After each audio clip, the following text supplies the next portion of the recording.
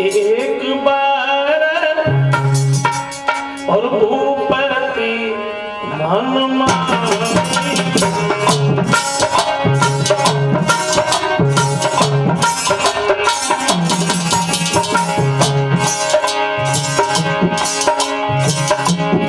एक बार भूपति मन मानी भैया गिलाने मोरे सुतलानी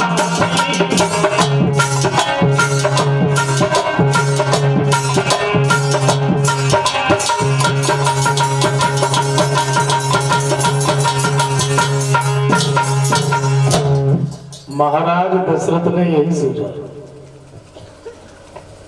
मेरे ऊपर धीरे धीरे चौथापन आने में लग गया, लेकिन हमारे घर में हमारी रानियों के गर्भ से कोई संतान नहीं हुई। और इसी बात को सोच करके महाराज दशरथ बड़े उदास होते हैं। कुल वशिष्ठ के नजदीक पहुंचे हैं, उनके चरणों पर अपना सिर रख दिया, ऊपर उठाने का बिल्कुल ध्यान नहीं दिया। ज्यादा परेशान देखा है तो पूछ लिया दशरथ बात क्या है। बड़े उदास हो तो वही बात समझाई महाराज, हमारे घर में रानियों के गर्भ से कोई संतान नहीं हुई। और एक बात कही महाराज, मैंने तो कुछ और सुना है। क्या सुना है? तो बड़े दुखी होकर के महाराज दशरथ समझाते हैं, तो सुनता हूं जो पापी अपने और जीवन में पुत्र न पाते हैं,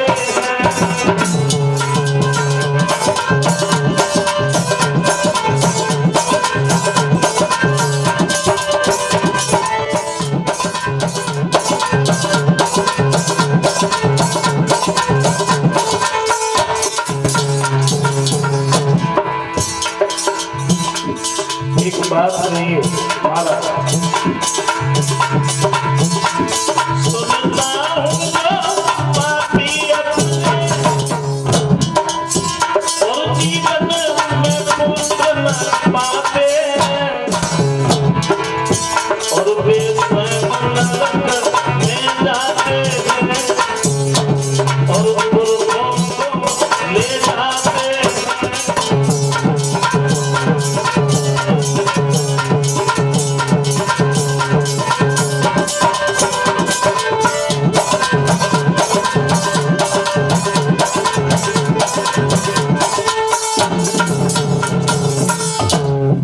जवाब दिया है। देखो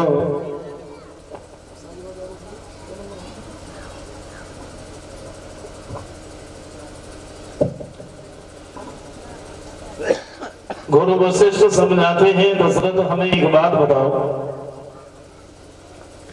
ये नरक और स्वर्ग का द्वार तुम्हें किसने दिखा दिया? सच बात तो ये है, पुत्रों से कभी किसी का नाम नहीं चलता और प्राणी अपने ही शुभ कर्मों से अपना नाम करता है। जरा सोचो, आंगन में अगर सबूत की जगह पर कबूत पुत्र पैदा हो गया तो पिता का जितना भी नाम है सबूत वो देगा।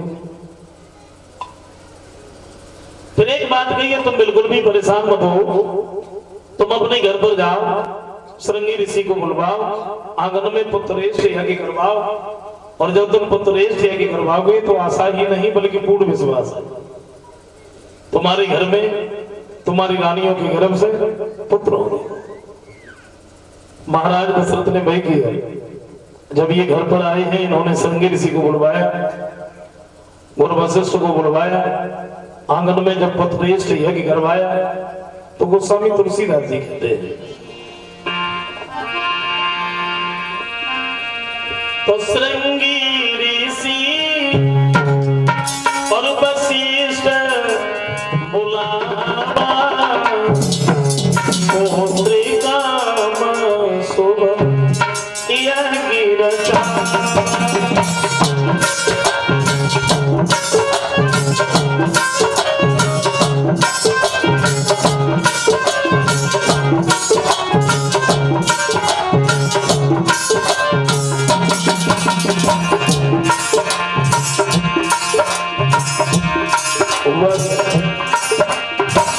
श्रृंगी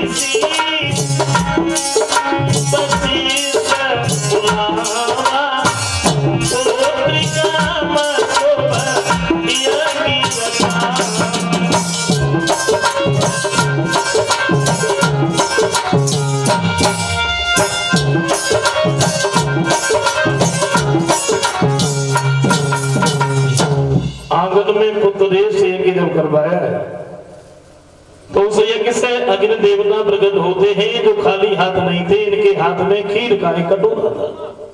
आएंगे इसी तिथि को वो ये कहते हैं क्या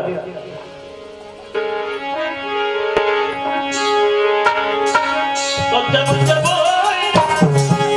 धर्म की हानि और बाणे अधम असुर अभिमानी तब तब धरी प्रभु विविध शरीरा और हरि कृपा में भिक्षा सत्ता हरि कृपा में भिक्षा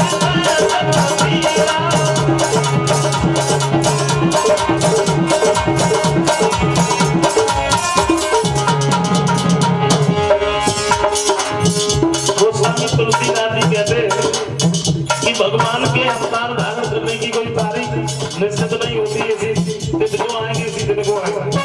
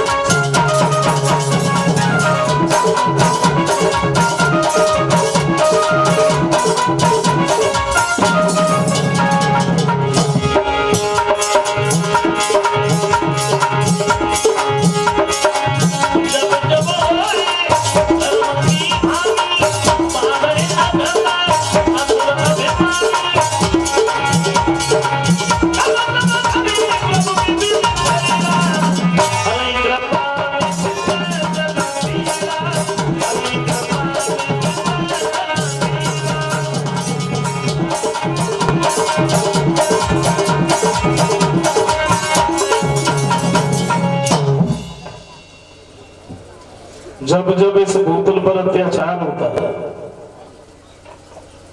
पापियों की संख्या बढ़ जाती है, तो वो ये कहते हैं कि भगवान को आना ही पता है, इनके अवतार धारण करने की कोई तिथि या तारीख निश्चित नहीं है, इसी दिन को आएंगे इसी तिथि को आएंगे।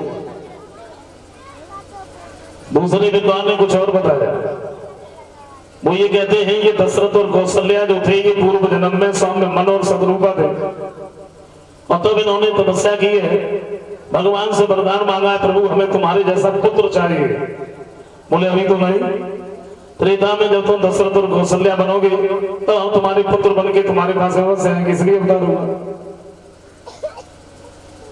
तीसरे विद्वान ने कुछ और बताया, वो ये कहते हैं अवतार इसलिए नहीं हुआ।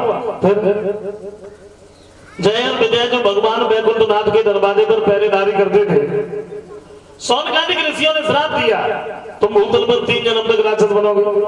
पहले जन्म में हिरणाक्ष और हिरण्यकश्यप बने, दूसरे जन्म में रावण और कुंभकर्ण बने, तो उनका उद्धार करने के लिए भगवान श्री राम का अवतार हुआ। चौथे विद्वान ने कुछ और बताया, बोले जैसे नारद ने नारायण भगवान को श्राप दिया, अब नारद ने नारायण भगवान को श्राप क्यों दे दिया? क्योंकि नारद तो हमेशा नारायण नारायण ही कहते रहते थे, फिर श्राप क्यों दे दिया? अब संक्षेप में गौर करते हैं। एक बार जैसे नारद हिमालय पर्वत पर घूमने के लिए गए, क्या देखा? बड़ी सुंदर बड़ी रमणी की जगह देखा नारद,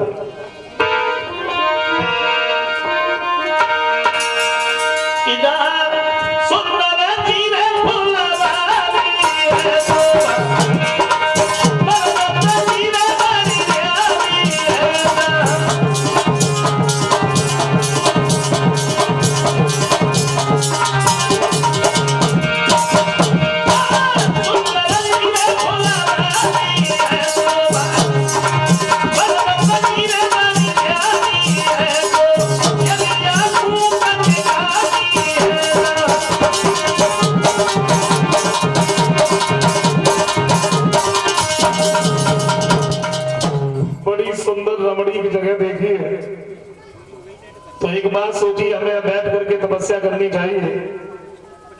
अच्छा, नारद ने जब तपस्या की, नारद ने घोर तप किया,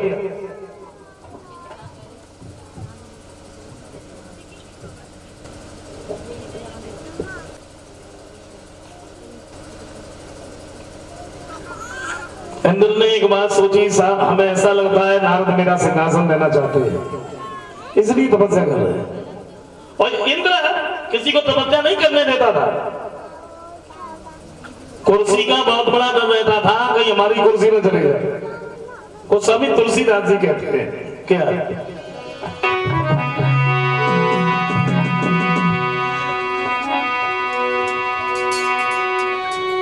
कि सुना सीरा मन कहीं अति त्रासा और जग देव ऋषि मम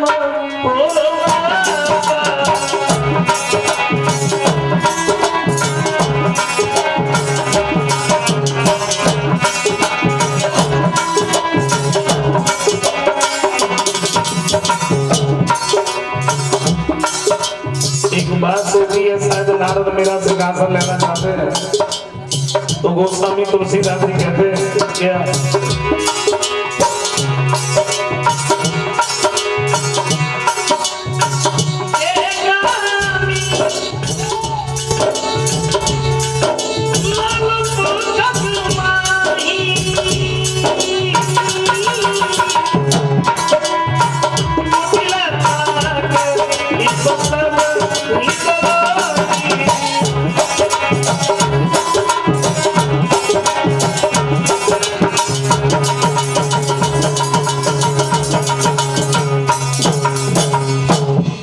बात सोची है शायद नारद मेरा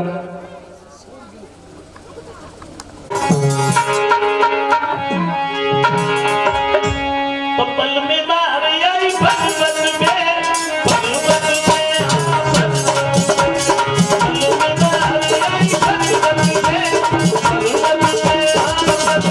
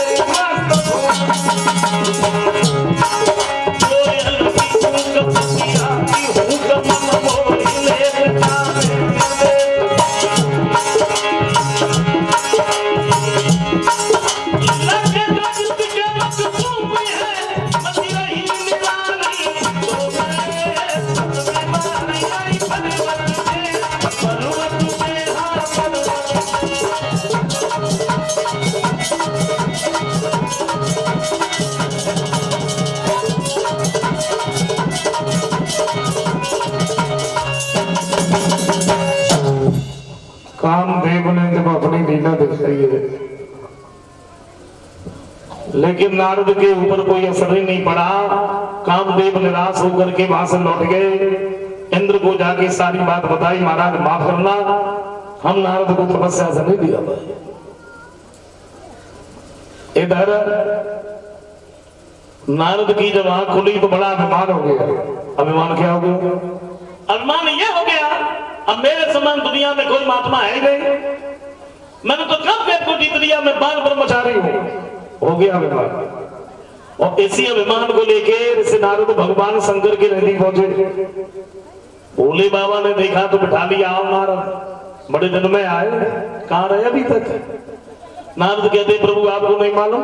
नहीं तो बोले मैं हिमालय पर्वत पर तपस्या कर रहा था, और सच बताएं मेरे समान दुनिया में कोई महात्मा है ही नहीं।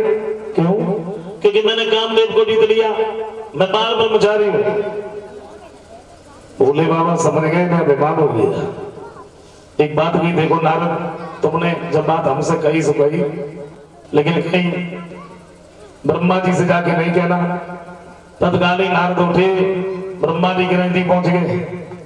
अब वह बात ब्रह्मा जी ने समझाई, बोले हमने कहा तो कहा, लेकिन कहीं विष्णु से नहीं कहना। नारद थोड़ी बहुत देर और बैठते, फिर बिल्कुल नहीं बैठे। तत्काल ही बीड़ा उठाया, विष्णु भगवान के नजदीक पहुंचे। भगवान ने चेहरा की तरफ देखा तो देखते ही समझ गए कि बेईमान हो गया, फिर भी बैठने के लिए कह दिया, आ नारद बैठो। भगवान कुछ पूछ पाते उससे पहले ही नारद बोले, प्रभु आपको कुछ मालूम है क्या? सच गए तो मेरे समान दुनिया में कोई महात्मा है नहीं। क्यों? क्योंकि मैंने कामदेव को जीत लिया, मैं बाल ब्रह्मचारी हूं। भगवान कहते देखो नारद, सच बात तो ये है, महात्माओं के लिए कामदेव जीतना कोई बड़ी बात नहीं है, और तुमने जीत लिया तो तुम कहते गाय हो। लेकिन नारद अपनी रटना ही लगा रहे, अपनी बात कहते रहे। तो भगवान ने सोचा इन्हें अभिमान हो गया, और भक्तों का अभिमान दूर करना ही मेरा काम है। अब हमें वो करना चाहिए जिससे नारद का अभिमान दूर हो जाए। क्या किया भगवान ने? अपनी माया के द्वारा एक बड़ा सुंदर नगर बसाया। बड़े सुंदर महल हैं, दरवाजे दरवाजे पर कलश से शोभित है, बंधन बार बंधी है, केला की खंभ लगे हैं, गलियों में इत्र छिड़के, बड़ा सुंदर नगर।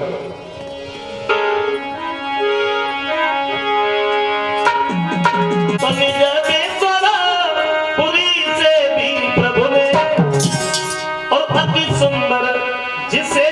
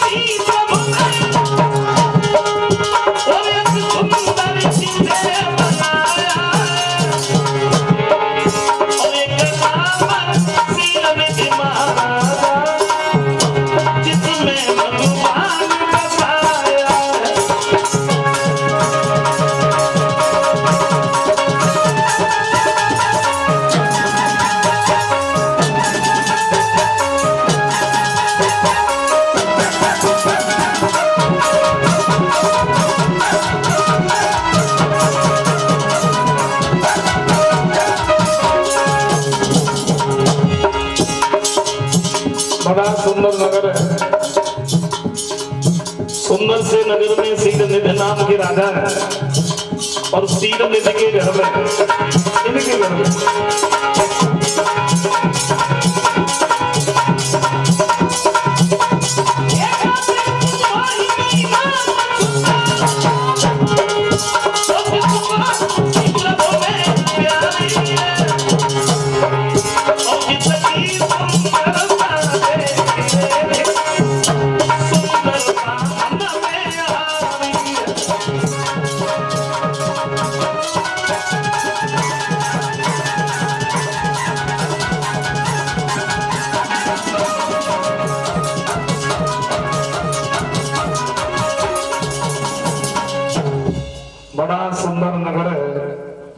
शीलनिधि नाम के राजा है। शीलनिधि के घर में विश्वमोहिनी नाम की बड़ी सुंदर बेटी है, और उसी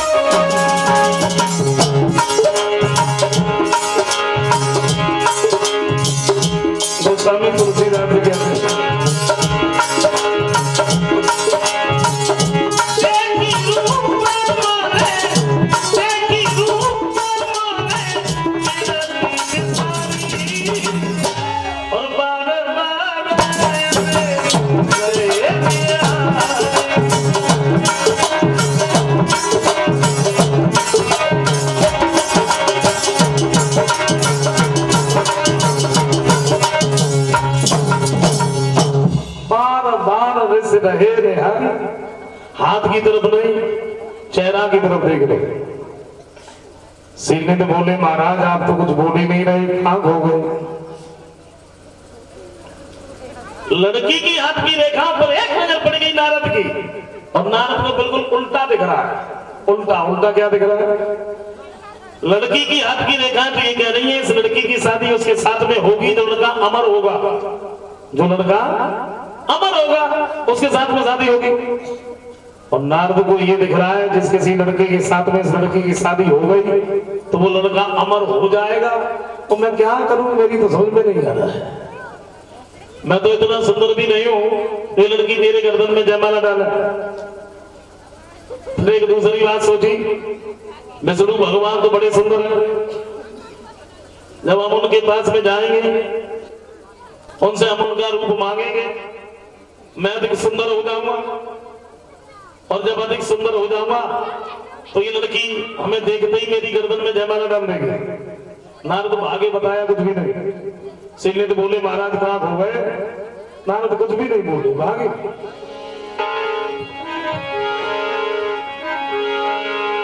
हुआ क्या?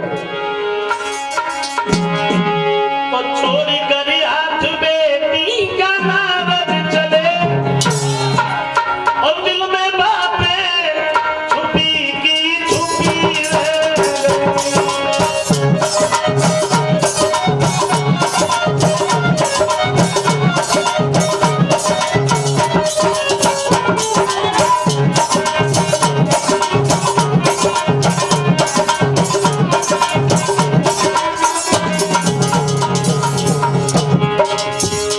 नारद भागे।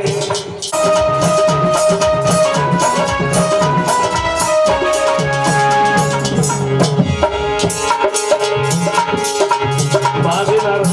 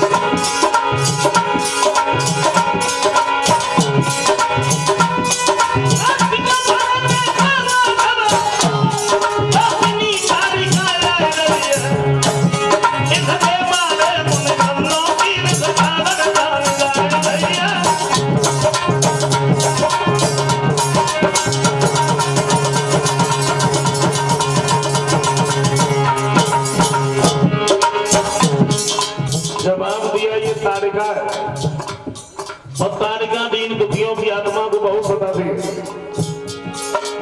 इसलिए तुम ऐसा करो, तुम इसका बंद कर दो। प्रभु श्री राम कहते हैं गुरुदेव ये आप कह रहे हो ये अबला है, और अबला के ऊपर हाथ उठाना क्या सुरवीर का धर्म होता है? और पापी को मारने में कुछ पाप भी नहीं होता। तुमने नहीं माना ना तो हमारे तुम्हारे पास आ रहे हैं, मरने के लिए तैयार हो जाओ।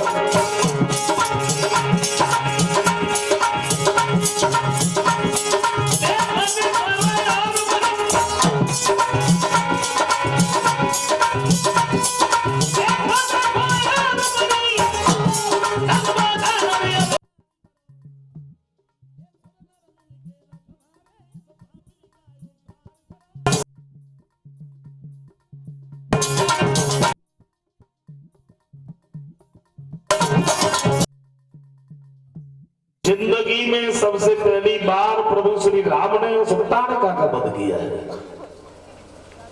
गुरु जी के आश्रम पर जब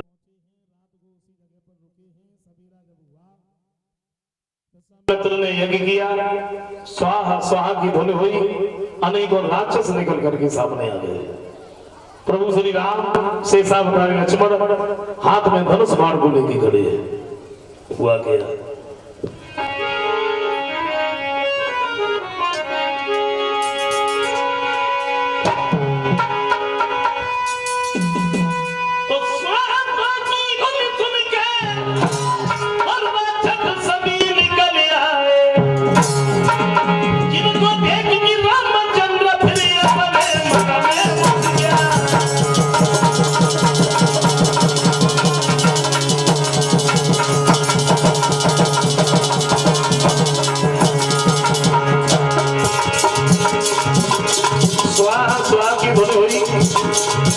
अनेकों राक्षस निकल निकल करके भागे।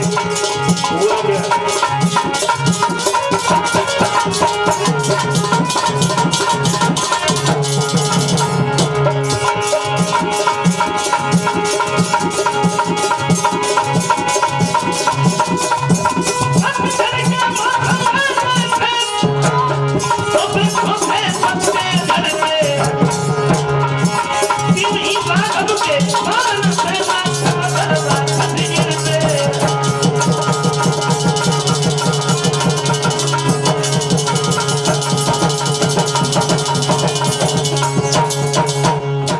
पतझड़ के मौसम में जैसे वृक्षों से पत्ते टूट टूट करके गिरते हैं, प्रभु श्री राम शेषावतारी लक्ष्मण इनके बाणों से 400 कोस दूर उठा भाग गया, मरा नहीं।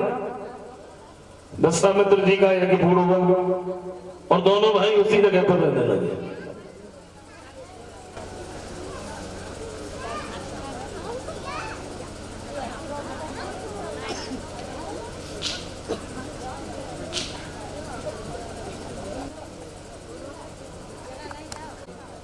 तपस्या करके इनकी हड्डियां वज्र के समान बन गई। वृतासुर नाम का राक्षस पैदा हुआ। दिन प्रतिदिन देवताओं को सताने लगा। देवता बड़े दुखी हो गए, सोचा अब क्या करें, इसका कैसे वध हो।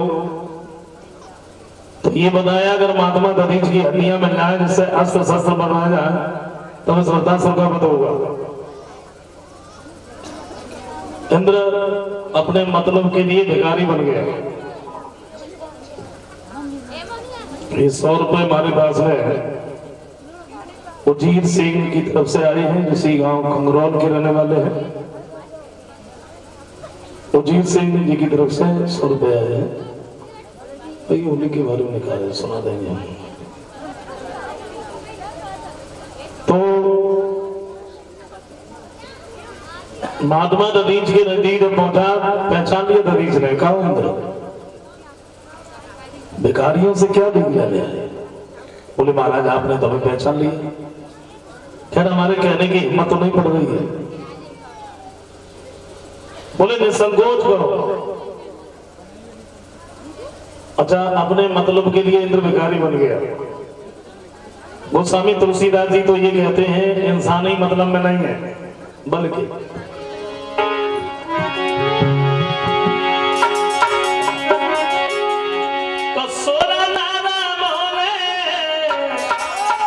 सब ही की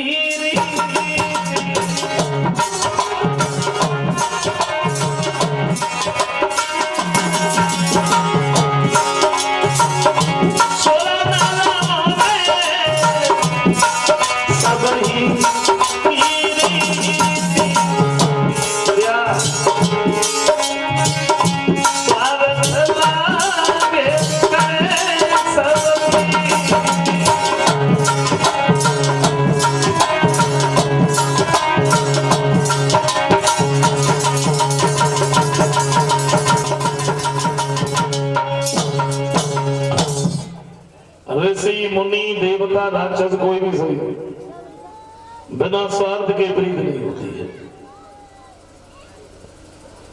लेकिन एक कवि ये कहते हैं कि सारी जिंदगी अगर अपने मतलब में जीते रहे तो क्या जिए। सारी जिंदगी अगर मतलब में ही जीते रहे तो क्या जिए। कभी दूसरों के लिए जी के देखो। कभी पथिक जी लिखते हैं क्या, किसी के काम जो आए उसे इंसान कहते हैं और पराया दर्द अपनाए उसे इंसान कहते हैं।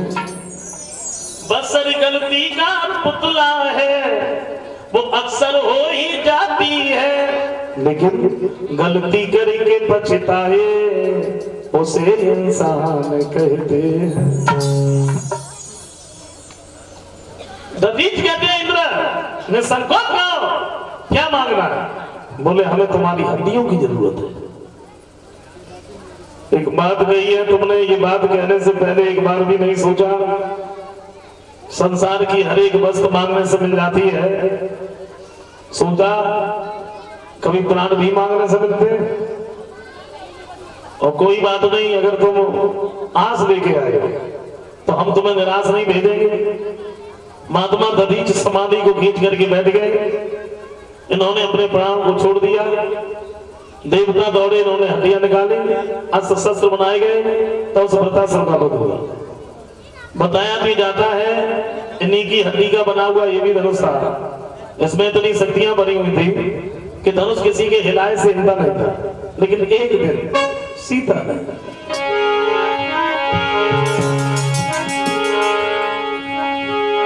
तो श्री जनक दुलारी सीता ने और बचपन में कार्तिक दिखलाया।